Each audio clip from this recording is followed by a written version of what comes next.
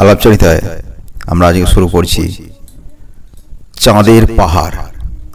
রচনা বিভূতিভূষণ বন্দ্যোপাধ্যায়। দ্বিতীয় পর্ব। 4 মাস পরের ঘটনা। মার্চ মাসের শেষ। মোম্বাসা থেকে রেলপথ গিয়েছে কিসমু ভিক্টোরিয়া নায়াঞ্জা হ্রদের ধারে। তারই একটা শাখা লাইন তখন তৈরি হচ্ছিল। জায়গাটা মোম্বাসা থেকে 350 মাইল পশ্চিমে। ইউগান্ডা রেলওয়ে নোডসবার্গ স্টেশন থেকে 72 মাইল দক্ষিণ পশ্চিম কোণে। এখানে শঙ্কর কনস্ট্রাকশন ক্যাম্পের কেরানি ও সরকারি স্টোর কিপার হয়ে এসেছে।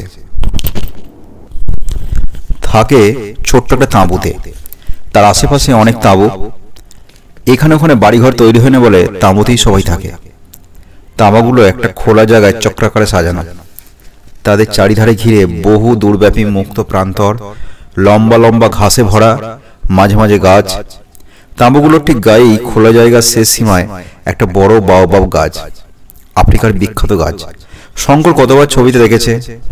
এবার সত্যিকারের বাওবাব দেখে শঙ্করের যেন আশ মেটে না। নতুন দেশ, শঙ্করের তরুণ তাজা মন সেই ইউগান্ডার এই নির্জন মাঠ ও বনে নিজের স্বপ্নের সার্থকতাকে যেন খুঁজে পেলে। কাজ শেষ হয়ে যেতেই সে তাঁবু থেকে রোজ বেরিয়ে পড়ত। যেদিকে দু চোখ যায় সেদিকে বেড়াতে বার হতো। পূবে, পশ্চিমে, দক্ষিণে, উত্তরে সব দিকেই লম্বা লম্বা ঘাস। কোথাও মানুষের মাথা সমান উঁচু, কোথাও তার চেয়ে উঁচু। কনস্ট্রাকশন তাঁবুর ভারপ্রাপ্ত ইঞ্জিনিয়ার সাহেব একদিন শঙ্করকে ডেকে বললেন, শোনো রায়, ওরকম এখানে বেরিও না। বিনা বন্দুকে এখানে এক পাও যেও না। প্রথমে ঘাসের জমিতে পথ হারাতে পারো। পথ হারিয়ে লোকে এসব জায়গায় মারাও গিয়েছে জলের অভাবে। দ্বিতীয়ত, ইউগান্ডার সিংহের দেশ। এখানে আমাদের সারা শব্দের হাতুড়ি ঠোকার আওয়াজে সিংহ হয়তো একটু দূরে চলে গিয়েছে, কিন্তু ওদের বিশ্বাস নেই। খুব সাবধান, এইসব অঞ্চল মোটেই নিরাপদ নয়।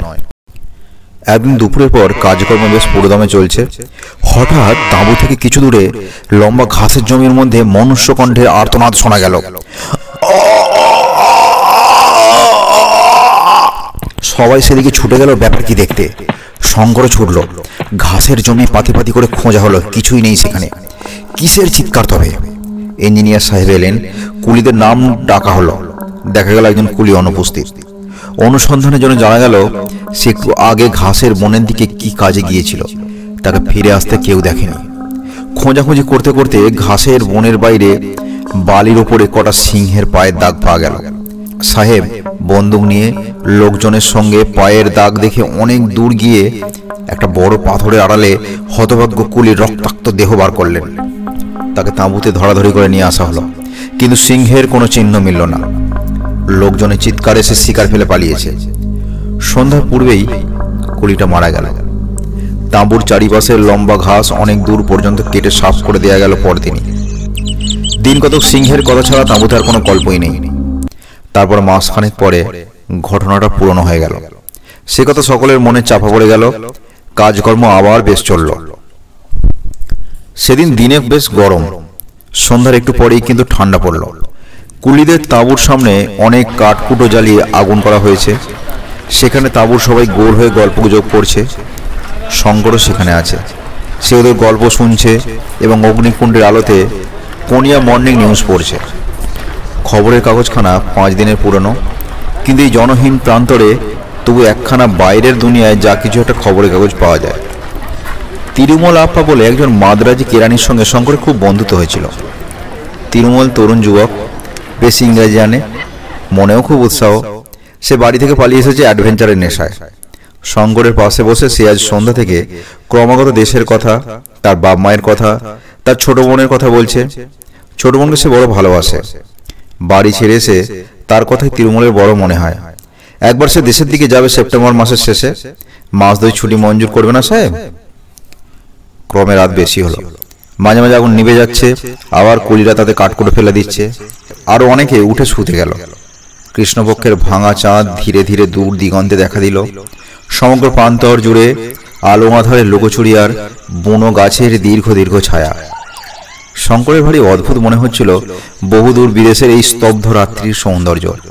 কুলিদের ঘরের একটা খুঁটিতে হেলান দিয়ে একদৃষ্টে সম্মুখের বিশাল জনহীন তৃণভূমির আলো আধার মাখা রূপের দিকে চেয়ে চেয়ে কত কি ভাবছিল। ওই বাওবাব গাছটায় ওদিকে অজানা দেশের সীমা কেপটাউন পর্যন্ত বিস্তৃত। মধ্যে পড়বে কত পর্বত, অরণ্য, প্রাগৈতিহাসিক যুগের নগর, জিমবাড়ি, বিশাল ও বিভীষিকাময় কালহারি মরুভূমি, হীরকের দেশ, সোনার খনির দেশ। একজন বড় স্বর্ণন্বেষী পর্যটক যেতে যেতে হোঁচট খেয়ে পড়ে গেলেন। যে পাথরটা লেগে হোঁচট খেলেন সেটা হাতে তুলে ভালো করে পরীক্ষা করে দেখলেন তার সঙ্গে সোনা মেশানো রয়েছে। সেই জায়গায় বড় একটা সোনার খনি বেরিয়ে পড়ল। এ ধরনের গল্প সে পড়েছে দেশে থাকতে। এই সেই আফ্রিকা, সেই রহস্যময় মহাদেশ, সোনার দেশ, হীরের দেশ। কত অজানা জাতি, অজানা দৃশ্যাবলী, অজানা জীবজন্তু এর সীমাহীন ট্রপিক্যাল অরণ্যে আত্মগোপন করে আছে। কে তার হিসেব রেখেছে? কত কি ভাবতে ভাবতে শঙ্কর কখন ঘুমিয়ে পড়েছে। হঠাৎ কিসের শব্দে তার ঘুম ভাঙল। সে ধর্মা করে জেগে উঠে বসল। চাঁদ আকাশে অনেকটা উঠেছে, ধবধবে সাদা জ্যোৎস্না দিনের মতো পরিষ্কার। অগ্নিকুণ্ডের আগুন গিয়েছে নিবে। কুলিরা সব কুণ্ডলি পাকিয়ে আগুনের ওপারে শুয়ে আছে। কোনো দিকে কোনো শব্দ নেই। হঠাৎ শঙ্করের দৃষ্টি পড়ল তার পাশে, এখানে তো তিরুমল আপ্পা বসে আমার সাথে গল্প করছিল। সে কোথায়? তাহলে হয়তো সে তাঁবুর মধ্যে ঘুমোতে গিয়ে থাকবে। শঙ্কর নিজে উঠে শুতে যাওয়ার উদ্যোগ করছে, এমন সময় অল্প দূরেই পশ্চিমের কোণে মাঠের মধ্যে ভীষণ সিংহ গর্জন শুনতে পাওয়া গেল। রাত্রির অস্পষ্ট জ্যোৎস্নালোক যেন কেঁপে উঠল সে রবে। কুলিরা ধর্মা করে জেগে উঠল। ইঞ্জিনিয়ার সাহেব বন্দুক নিয়ে তাঁবুর বাইরে এলেন। শঙ্কর জীবনেই প্রথম শুনল সিংহের গর্জন।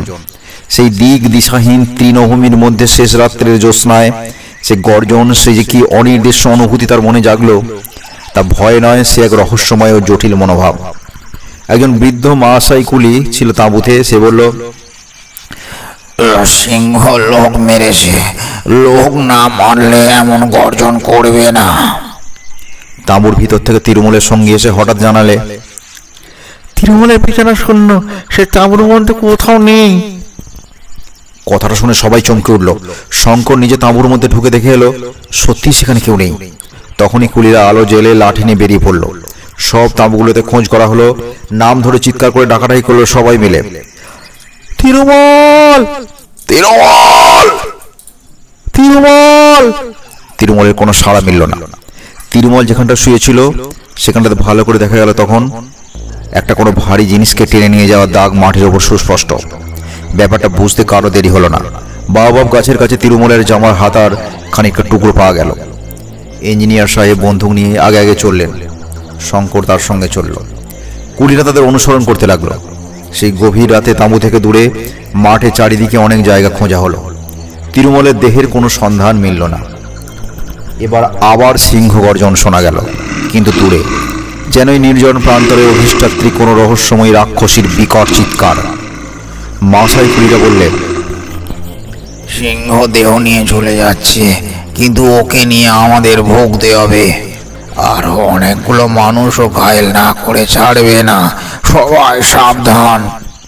যে সিংহ একবার মানুষ খেতে শুরু করে সে অত্যন্ত ধূর্ত হয়ে ওঠে। রাত যখন প্রায় 3টে, তখন সবাই ফিরল তাঁবুতে। বেশ ফুটফুটে জ্যোৎস্নায় সারা মাঠ আলো হয়ে উঠেছে। আফ্রিকার এই অংশে বড় পাখি একটা দেখা যায় না দিন মানে, কিন্তু এক ধরনের রাত্রিচর পাখির ডাক শুনতে পাওয়া যায় রাত্রে। সে সুর অপার্থিব ধরনের মিষ্টি। এইমাত্র সেই পাখি কোন গাছের মাথায় বহু দূরে রেখে উঠল। মনটা এক মুহূর্তে উদাস করে দেয়। শঙ্কর ঘুমোতে গেল না, আর সবাই তাঁবুর মধ্যে শুতে গেল, কারণ পরিশ্রম কারোর কম হয়নি। তাঁবুর সামনে কাঠকুটো জ্বালিয়ে প্রকাণ্ড অগ্নিকুণ্ড করা গেল। শঙ্কর সাহস করে বাইরে বসতে অবশ্যই পারলে না। এরকম দুঃসাহসের কোনো অর্থ হয় না। তবে সে নিজের খড়ের ঘরে শুয়ে জানলা দিয়ে বিস্তৃত জ্যোৎস্নালোকিত অজানা প্রান্তরের দিকে চেয়ে রইল। মনে কি এক অদ্ভুত ভাব। তিরুমলের অদিষ্টলিপি এই জন্যই বোধ হয় তাকে আফ্রিকায় টেনে এনেছিল। তাকেই বা কি জন্য এনেছে তার অদিষ্ট, কে জানে তার খবর। আফ্রিকা অদ্ভুত সুন্দর দেখতে, কিন্তু আফ্রিকা ভয়ঙ্কর দেখতে। বাবলা বনে ভর্তি বাংলাদেশের মাঠের মতো দেখলে কি হবে? আফ্রিকা অজানা মৃত্যু সংকুল, যেখানে সেখানে অতর্কিত নিষ্ঠুর মৃত্যুর ফাঁদ পাতা। পর মুহূর্তে কি ঘটবে এই মুহূর্তে তা কেউ বলতে পারে না। আফ্রিকা প্রথম বলি গ্রহণ করেছে তরুণ হিন্দু যুবক তিরুমলকে। সে বলি চায়।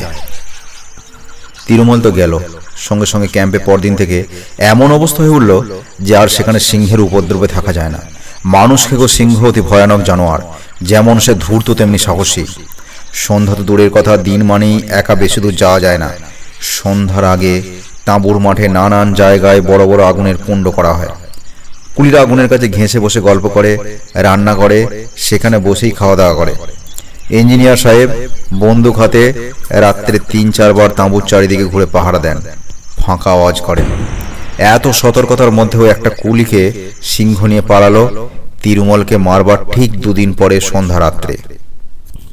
তারপরের দিন একটা সোমালি কুলি দুপুরে তাঁবু থেকে ৩০০ গজের মধ্যে পাথরের ঢিবিতে বসে পাথর ভাঙতে গেল। সন্ধ্যায় সে আর ফিরে এলো না। সেই রাত্রেই রাত 10টার পরে শঙ্কর ইঞ্জিনিয়ার সাহেবের তাঁবু থেকে ফিরছে। লোকজন কেউ বড় একটা বাইরে নেই। সকাল সকাল যে যার ঘরে শুয়ে পড়েছে। কেবল এখানে ওখানে 2-1টা নির্বাপিত প্রায় অগ্নিকুণ্ড। দূরে শিয়াল ডাকছে। শিয়ালের ডাক শুনলেই শঙ্করের মনে হয় বাংলাদেশের পাড়াগাঁয়ে আছে।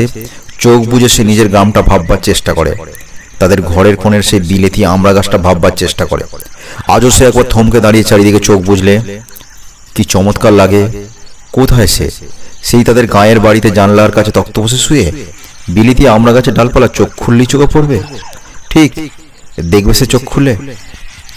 শঙ্কর ধীরে ধীরে চোখ খুললে অন্ধকার প্রান্তর দূরে সেই বড় বাওবাব গাছটা অস্পষ্ট অন্ধকারে দৈত্যের মতো দাঁড়িয়ে আছে। হঠাৎ তার মনে হলো সামনের একটা ছাতার মতো গোল খড়ের নিচু চালের উপর একটা কি যেন নড়ছে। পরক্ষণে সে ভয় ও বিস্ময়ে কাঠ হয়ে গেল। প্রকাণ্ড একটা সিংহ খড়ের চাল থাবা দিয়ে খুঁচে গর্ত করবার চেষ্টা করছে ও মাঝে মাঝে নাকটা চালের গর্তের কাছে নিয়ে গিয়ে কি যেন ঘ্রাণ নিচ্ছে। তার কাছ থেকে চালাটার দূরত্ব বড় বেশি, জোর 20 হাত। শঙ্কর বুঝলে সে ভয়ানক বিপদগ্রস্ত। সিংহ চালার খড় খুঁচে গর্ত করতে ব্যস্ত। সেখান দিয়ে ঢুকে সে মানুষ নেবে। শঙ্করকে সে এখনো দেখতে পায়নি। তাঁবুর বাইরে কোথাও লোক নেই। সিংহের ভয়ে বেশি রাত্রে কেউ বাইরে থাকে না। নিজের সম্পূর্ণ নিরস্ত, এক গাছে লাঠি পর্যন্ত হাতে নেই। শঙ্কর নিঃশব্দে পিছু হটতে লাগলো ইঞ্জিনিয়ারের তাঁবুর দিকে। সিংহের দিকে চোখ রেখে 1 মিনিট 2 মিনিট নিজের স্নায়ুমণ্ডলীর ওপর যে তার এত কর্তৃত্ব ছিল তাই এর আগে শঙ্কর জানতো না। একটা ভীতিসূচক শব্দও তার মুখে বেরোলো না, বা হঠাৎ পিছু ফিরে দৌড় দেওয়ার চেষ্টা করলো না। ইঞ্জিনিয়ারের তাঁবুর পর্দা উঠে সে ঢুকে দেখলো সাহেব টেবিলে বসে তখনও কাজ করছে। সাহেব ও রকম সব থেকে বিস্মিত হয়ে কিছু জিজ্ঞেস করবার আগেই ও বললে, সাহেব, সিংহ। সাহেব লাফিয়ে উঠল, কই কোথায়? বন্দুকের একটা 375 ম্যানলিকা রাইফেল ছিল। সাহেব সেরা নামিয়ে নিলে শঙ্কর আর একটা রাইফেল দিলে দুজনে তাঁবুর পর্দা তুলে আস্তে আস্তে বাইরে এলো। একটু দূরে কুলি লাইনের সেই গোল চালা, কিন্তু চালার উপর কোথায় সিংহ? শঙ্কর আঙুল দিয়ে দেখিয়ে বলল, এই মাত্র দেখে গেলাম সাহেব, ওই চালার উপর সিংহ থাবা দিয়ে খড় খোঁচাচ্ছে। সাহেব বলল, পালিয়েছে, জাগাও সবাইকে। একটু পরেই তাঁবুতে মহা শোরগোল পড়ে গেল। লাঠি, সরকি, গাঁথি, মুগুর নিয়ে কুলির দল হল্লা করে বেরিয়ে পড়ল। খোঁজ চারিদিকে খড়ের চালে সত্যিই ফুটো দেখা গেল। সিংহের পায়ের দাগও পাওয়া গেল, কিন্তু সিংহ উধাও হয়েছে। আগুনের কুণ্ডে বেশি করে কাঠ ও শুকনো খড় ফেলে আগুন আবার জ্বালার হলো। সেই রাতে অনেকেই ভালো ঘুম হলো না, কিন্তু তাঁবুর বাইরে বড় একটা কেউ রইল না। শেষ রাতের দিকে শঙ্কর নিজে তাঁবুতে শুয়ে একটু ঘুমিয়ে পড়েছিল। একটা মহা শোরগোলের শব্দে তার ঘুম ভেঙে গেল। মা সাই কুলিরা সিম্বা সিম্বা বলে চিৎকার করছে। 2বার বন্দুকের আওয়াজ হলো। শঙ্কর তাঁবুর বাইরে এসে ব্যাপারে জিজ্ঞেস করে জানলে সিংহ এসে আস্তাবলের একটা ভারবাহী অশ্বতরকে জখম করে দিয়েছে এই মাত্র। সবাই শেষ রাত্রে একটু ঝিমিয়ে পড়েছে। আর সেই সময় এক কাণ্ড। পরদিন সন্ধ্যার ঝোঁকে একটা ছোকরা কুলিকে তাঁবু থেকে 100 হাতের মধ্যে সিংহ নিয়ে গেল। 3-4 পরে আর একটা কুলিকে নিলে বাওবাব গাছের তলা থেকে। কুলিরা কেউ আর কাজ করতে চায় না। লম্বা লাইনে গাঁথিওয়ালা কুলিদের অনেক সময় খুব ছোট দলে ভাগ হয়ে কাজ করতে হয়। তারা তাঁবু ছেড়ে দিনের বেলাতেও বেশি দূর যেতে চায় না। তাঁবুর মধ্যে থাকাও রাত্রে নিরাপদ নয়। সকলের মনে ভয়, প্রত্যেকেই ভাবে এবার তার পালা। কাকে কখন নেবে কিছু স্থিরতা নেই। এই অবস্থায় কাজ হয় না। কেবল মাসাই কুলিরা অবিচলিত রইল। তারা জমকেও ভয় করে না। তাঁবু থেকে 2 মাইল দূরে গাঁথির কাজ তারাই করে। সাহেব বন্দুক নিয়ে দিনের মধ্যে 4-5 বার তাদের দেখাশোনা করে আসে। কত নতুন ব্যবস্থা করা হলো, কিছুতেই সিংহের উপদ্রব কম হলো না। কত চেষ্টা করেও সিংহ শিকার করা গেল না। অনেকে বলল সিংহ একটা নয়, অনেকগুলো, কটা মেরে ফেলা যাবে। সাহেব বললে, মানুষকে তো সিংহ বেশি থাকে না, একটা সিংহেরই কাজ। একদিন সাহেব শঙ্করকে ডেকে বললে, বন্দুকটা নিয়ে গাঁথিদার কুলিদের একবার দেখে আসতে। শঙ্কর বললে, সাহেব, তোমার ম্যানলি কার্ডটা দাও। সাহেব রাজি হলো। শঙ্কর বন্দুক নিয়ে একটা অশ্বতরে চলে রওনা হলো। তাঁবু থেকে মাইল দূরে একটা জায়গায় একটা ছোট জলা। শঙ্কর দূর থেকে জলাটা যখন দেখতে পেয়েছে তখন বেলা প্রায় 3টে। কেউ কোনো দিকে নেই। রোদের ঝাঁঝ মাঠের মধ্যে তাপ তরঙ্গের সৃষ্টি করেছে। হঠাৎ অশ্বথর থমকে দাঁড়িয়ে গেল, আর কিছু দিয়ে সে এগিয়ে যেতে চায় না। শঙ্করের মনে হলো জায়গাটা দিকে যেতে অশ্বথর ভয় পাচ্ছে। একটু পরে পাশের ঝোপে কি যেন একটা নড়ল, কিন্তু সেদিকে চেয়েও সে কিছু দেখতে পেলে না। সে অশ্বতর থেকে নামলো, তবুও অশ্বতর নড়তে চায় না। হঠাৎ শঙ্করের শরীরে যেন বিদ্যুৎ খেলে গেল। ঝোপের মধ্যে সিংহ তার জন্য উৎপেতে বসে নেই তো। অনেক সময় এরকম হয়, সে জানে সিংহ পথের পাশে ঝোপঝাড়ে লুকিয়ে অনেক দূর পর্যন্ত নিঃশব্দে তার শিকারের অনুসরণ করে। নির্জন স্থানে সুবিধা বুঝে তার ঘাড়ের ওপর লাফিয়ে পড়ে। যদি তাই হয়, শঙ্কর অশ্বতর নিয়ে আর এগিয়ে যাওয়া উচিত বিবেচনা করলে না। ভাবলে তাঁবুতে ফিরিয়ে যাই। সবে সে তাঁবুর থেকে অশ্বতরের মুখটা ফিরিয়েছে, এমন সবে আবার ঝোপের মধ্যে কি একটা নড়ল।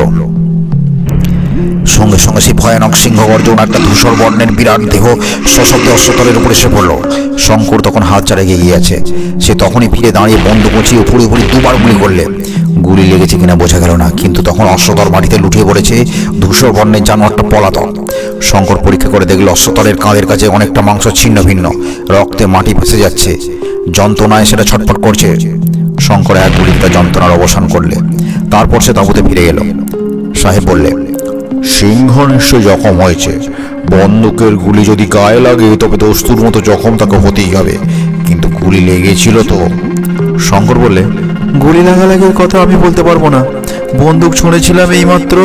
লোকজন নিয়ে খোঁজাখুঁজি করে 2-3 দিনেও কোনো আহত বা মৃত সিংহের সন্ধান পাওয়া গেল না। জুন মাসের প্রথম থেকে বর্ষা নামলো। কতকটা সিংহের উপদ্রবের জন্য, কতকটা বা জলাভূমির সান্নিধ্যের জন্য অস্বাস্থ্যকর হওয়ায় তাঁবু এখান থেকে উঠে গেল। শঙ্করকার কনস্ট্রাকশন তাঁবুতে থাকতে হলো না। কিসমু থেকে প্রায় 30 মাইল দূরে একটা ছোট্ট স্টেশনে কিসের স্টেশন মাস্টারের কাজ পেয়ে জিনিসপত্র নিয়ে সেখানেই চলে গেল।